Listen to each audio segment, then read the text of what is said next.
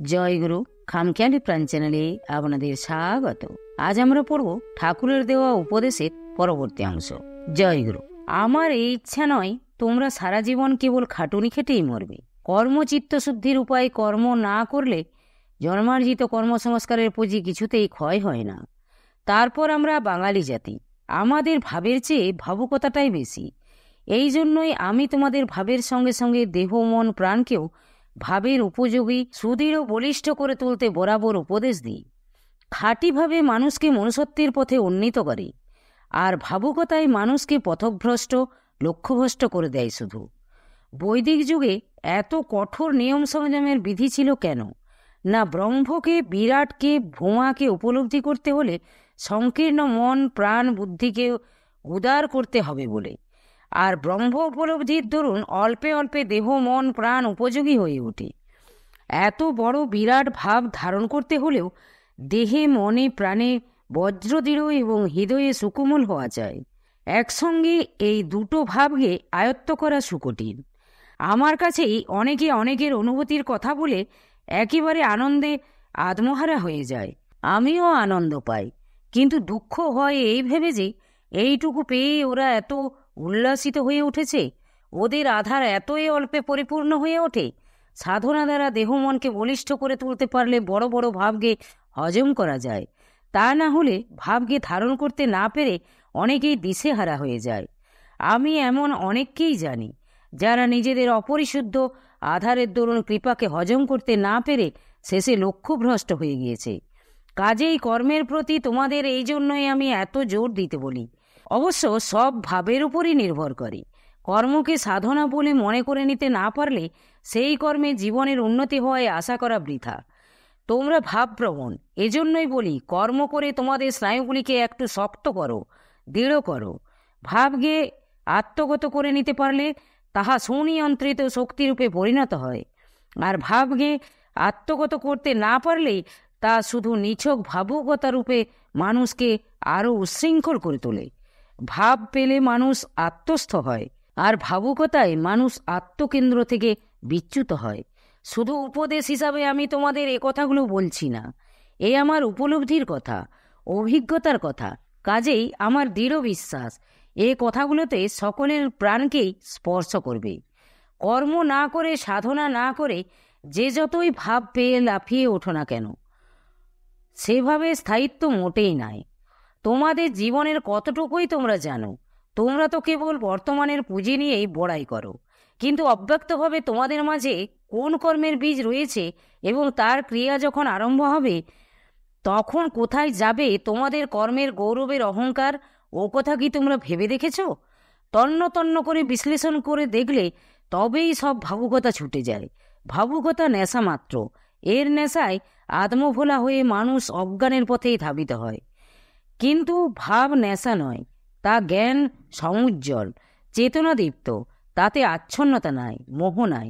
ভাব পেলে মানুষ বৃক্ষ ইব স্তব্ধ, সমাহিত হইয়া আসে। কিন্তু তোমাদের মাঝে কয়জনের সে প্রশান্তির ভাব এসেছে? কয়জন অবিক্ষোভে সত্যের পথে চলতে পারছ? মানুষের ভিতর সরাট আত্মা রয়েছে, কাজেই মানুষ চিরকাল দাস হয়ে থাকবে এ কথা তো কিছুতেই সম্ভবপর নয়। কিন্তু সত্যিকার অনুভবের লাভ না হতেই মানুষ যখন ব্যর্থ স্বাধীনতার অভিনয় করতে যায় তখনই মরণ আর কি।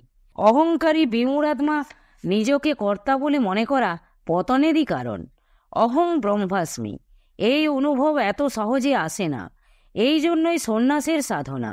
সন্ন্যাস দিলেই সন্ন্যাসী হওয়া যায় না। জীবন সুস্থ সবল বলিষ্ঠ হোক, তোমরা নির্ভীক প্রেরণাতে সত্যের পথে দ্রুত অগ্রসর হও, এ আমারও আকাঙ্ক্ষা। কিন্তু এই আকাঙ্ক্ষার মর্যাদাকে অক্ষুণ্ণ রাখবার একান্ত প্রয়াস কি তোমাদের মাঝে জাগ্রত হয়েছে? তোমরা স্বাধীন হতে পারলে তবেই না আমার সন্ন্যাসের সার্থকতা। আমার উপলব্ধি যদি তোমাদের মাঝে সঞ্চারিত হয়ে পরিপূর্ণরূপে ফুটে না উঠল, তাহলে আমারও যে কত বড় দুঃখ, কত বড় জ্বালা। কারো জীবনকে কোনো দিক দিয়ে চেপে রাখবার মতো এত বড় পাপ আর দুনিয়ার নেই। কিন্তু জীবনের বিকাশেরও একটা ছন্দ আছে, সুর আছে। কাজেই জীবনের উন্নতির একটা সুনির্দিষ্ট পথও রয়েছে। আমি চাই তোমরা পথ ধরে এই পথ উত্তীর্ণ হও।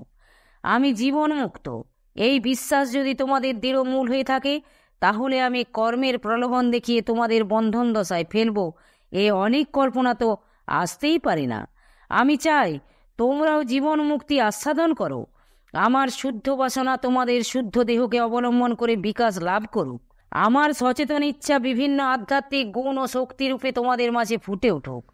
আমি জানি দিব্যভাবে কর্ম করতে হলে আধ্যাত্মিক স্বরূপে ফিরে যেতে হয়। সেখানে মান অভিমানের উগ্রতা থাকে না। সকল কর্মের প্রেরণা সেই পরা প্রকৃতি হতে উন্মুক্ত হতে দাও। কর্মের সাধনা রয়েছে। অহংকে বিসর্জন দিয়ে পরা প্রকৃতিতে আশ্রয় করতে না পারলে কোনো কর্মই সুষ্ঠুভাবে হয় না। আত্মসমর্পণের দিকে আমি এজন্যই তোমাদের জোর দিতে বলি। সমর্পণের ভিতর দিয়েই জীবনে রূপান্তর আসে। শক্তির বিকাশ সমর্পিত শুদ্ধ আধারেই হয়। জীবনটা সমর্পণের সাধনায় সিদ্ধ হয়ে গেলে ভাগবত ইচ্ছায় যন্ত্রস্বরূপ হয়ে তা দ্বারা নিজের এবং জগতের অশেষ কল্যাণ সাধিত হয়ে থাকে। অহংকে বিসর্জন দিতে না পারলে অন্তরে ভগবত ইচ্ছার বিশুদ্ধ প্রবাহ বইতে পারে না। জীবনে এই সিদ্ধ অনুভূতি না পেলে কিছুতেই জীবনের মোড় ফিরে না। সমর্পণই দিব্য জীবন লাভের একমাত্র পন্থা, নান্য পন্থা। নিষ্ক্রিয় জীবন ব্যর্থ জীবন। কিন্তু আমি চাই কর্ম করেও তোমরা নির্লিপ্ত থাকো, নিরভিমান থাকো। আর এই একমাত্র উপায় হলো সমর্পণের সাধনা। তোমরা নিজেদের দরুন কিছুই করছো না, সব শ্রীগুরুর প্রীত্যর্থে। কাজেই তাতে তোমরা নির্লিপ্ত হয়ে আধ্যাত্মিক পথেই কেবল অগ্রসর হচ্ছ। যারা মনে প্রাণে সমর্পণের পথে চলেছ, তারা এই চলার মাঝেই সেই দিব্য অনুভবের আভাস পাবে। এই আনন্দে তোমরা আরও বিশ্বস্ত হবে, সমর্পণের মহিমায় চিরপ্রবুদ্ধ হবে। তোমরা তো অবুঝ নও, সত্য লাভের দরুন প্রাণ দিতে পর্যন্ত প্রস্তুত। বেশ তো, আমার এ কথার মাঝে সত্যতা রয়েছে কিনা তা তোমরা পরীক্ষা করে দেখো না। সবাই না পারো, অন্তত 5টা সমর্পণের সাধনায় জীবন উৎসর্গ করো। মন প্রাণ উজাড় করে দিয়ে এই সাধনায় লেগে যাও তো দেখি। দেখব তোমাদের জীবন দিয়ে কোনো মহৎ উদ্দেশ্য সাধিত হয় কিনা। সাধনার বিচিত্র পথ রয়েছে, সবাই এক পথের যোগ্য না। কাজেই তোমাদের সকলকে দিয়ে আমি এক পথে সিদ্ধি লাভ করাতে চাই না। তার দরুন এখানে যে কেউই থাকুক না কেন, আমি তাদের মন বুঝে তারপর সাধনার রীতি বলে দিই। সবাইকে আমি এখানে থাকতে বলি না। কেউ কেউ আমার উপদেশ নিয়ে অন্যত্র গিয়েও সুফল লাভ করেছে। কিন্তু এখানে যারা থাকতে চায় তাদের প্রথমেই আমি বলি, বিশ্বাস এবং নিছক সমর্পণের সাধনা অবলম্বন করেই এখানে পড়ে থাকতে হবে। যারা থাকে এই বিশ্বাস নিয়েই থাকে। আমাকে কেউ দোষ দিতে পারবে না। আমি কাউকে জোর করে প্রবৃত্ত করাতে চাই না।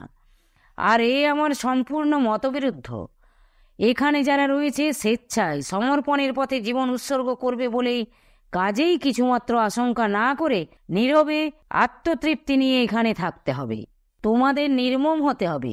হয়তো এই জীবনে সিদ্ধিলাভ নাও হতে পারে। একটা জীবন না হয়ে মহৎ উদ্দেশ্যে সিদ্ধির দরুন বিসর্জনই হলো। সমর্পণের সাধনায় যারা সিদ্ধি লাভ করতে চাও তাদের নির্ভীক হতে হবে সকলের আগে। আদর্শকে আজীবন অক্ষুণ্ণ রাখবার দরুন বজ্রদৃঢ় সংকল্প নিয়ে সাধনায় তন্ময় হয়ে যেতে হবে। ব্যষ্টি ইচ্ছার বিলয় না হলে সমষ্টি ভাবগত ইচ্ছার বিকাশ হতে পারে না। এজন্যই তোমাদের বলি, তোমরা দেহে মনে প্রাণে নিরহংকারী হও। অহংয়ের বিন্দুমাত্র গন্ধও যেন না থাকে। আর এ সাধনায় সিদ্ধিলাভের পথও একমাত্র নিষ্কাম কর্মসাধন। এখানে যারা কর্ম করছো তারা বলো তো দেখি, কর্মের কোনো আসক্তি তোমাদের মনে বীজস্বরূপ থেকে যাচ্ছে কিনা? যদি বীজ থাকে তাহলে যেন তোমাদের কর্মের কোথাও না কোথাও অহংয়ের অভিমান চাপ মারা রয়েছেই।